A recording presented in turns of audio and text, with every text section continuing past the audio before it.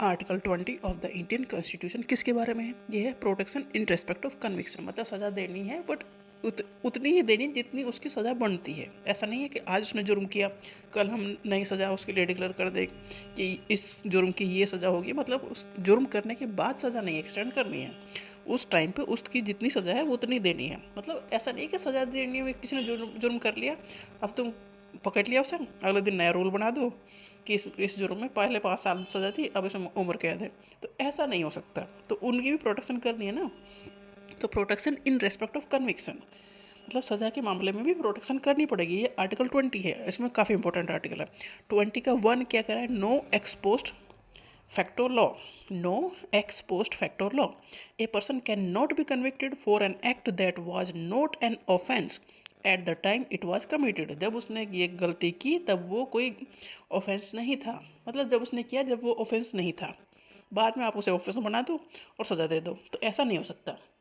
तो बाद में मतलब कोई काम जैसे हमने रेड लाइट या कुछ ऐसा, जैसे कोई नया कानून बना है, एक्चुअली कानून बना नहीं है और हम उसे काम कर रहे हैं, तो कल से कानून बन जाए और पिछले वाले दिन जिसने ऐसा किया हो उसे पकड़ के ले आओ, तो है नो एक्स पोस्ट फैक्टो। मतलब जो आज हमने कर लिया, कल उसके लिए नए कानून बना के सज़ा देना सही नहीं है। जिसे कहते हैं no ex post facto law.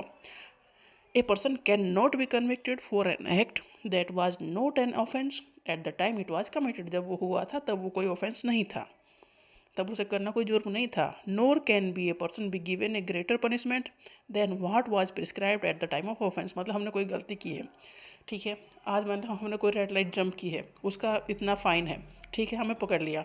अब उसने कह दिया कि नहीं, आज से रूल बना है, मतलब कल उससे फ़ाइन लिया जाए कि कल से रूल बना है, आने वाले कल से रूल बनाए और उसका फ़ाइन 10 गुना कर दें, तो ये नहीं चलेगा।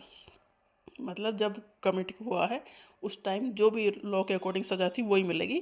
उस सज़ा को आप बढ़ा नहीं सकते और नया रूल बना के नए सज़ा को एक्सटेंड वैसे नहीं कर सकते, कुछ चेंज नहीं कर सकते। इसे कहते हैं no ex post facto law. A person can not be convicted for an act that was not an offence at the time it was committed. जब वो काम हुआ था तब वो कोई ऑफेंस नहीं था, तो सज़ा नहीं मिलेगी।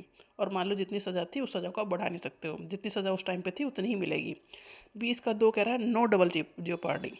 ए person can not be prosecuted and punished more than once for the same offence. मतलब एक जुर्म के लिए जो सज़ा थी उसे आप, ऐसा नहीं कि एक सज़ा कंप्लीट उसने कर ली फिर दोबारा उसे वही सज़ा दे दी गई। मतलब 5 साल की सज़ा थी किसी जुर्म में, 5 साल उसने कंप्लीट कर दिया, ऐसा नहीं कि नेक्स्ट 5 साल के लिए उसे भेज दो, तो डबल जियोपार्डी नहीं होगी। 2 बार सज़ा एक जुर्म की नहीं दी जा सकती। आर्टिकल 20 का 3 कह रहा है, काफ़ी इंपॉर्टेंट आर्टिकल और काफ़ी कन्फ्यूजिंग भी और काफ़ी पूछे भी जाते हैं। Protection against self incrimination. देखो तुमने किसी को पकड़ा है, अब उसे ये प्रेशराइज नहीं कर सकते कि तुम अपने खिलाफ खुद सबूत ढूंढ के लाओ, ऐसे कैसे चलेगा काम। तो protection against self incrimination, an accused person can not be forced to be a witness against them self. मतलब खुद के खिलाफ वो क्यों गवाही देगा जिसे तुमने पकड़ के लाए हो, तो आप उसे कंपल्सन नहीं कर सकते टू कन्फेस गिल्ट। तो ये 3 है। तो तीनों ही किसके बारे में? आर्टिकल जो 20 में किसके बारे में? Protection in respect of conviction, सजा के मामले में भी प्रोटेक्शन करनी है। पहले में है 20 का 1 है no ex post facto law. मतलब आज जुर्म जो कमिट किया उसके अकॉर्डिंग जो आज सज़ा बनती है वही दी जाएगी, नेक्स्ट अगले दिन में कोई सज़ा ऐड नहीं की जाएगी।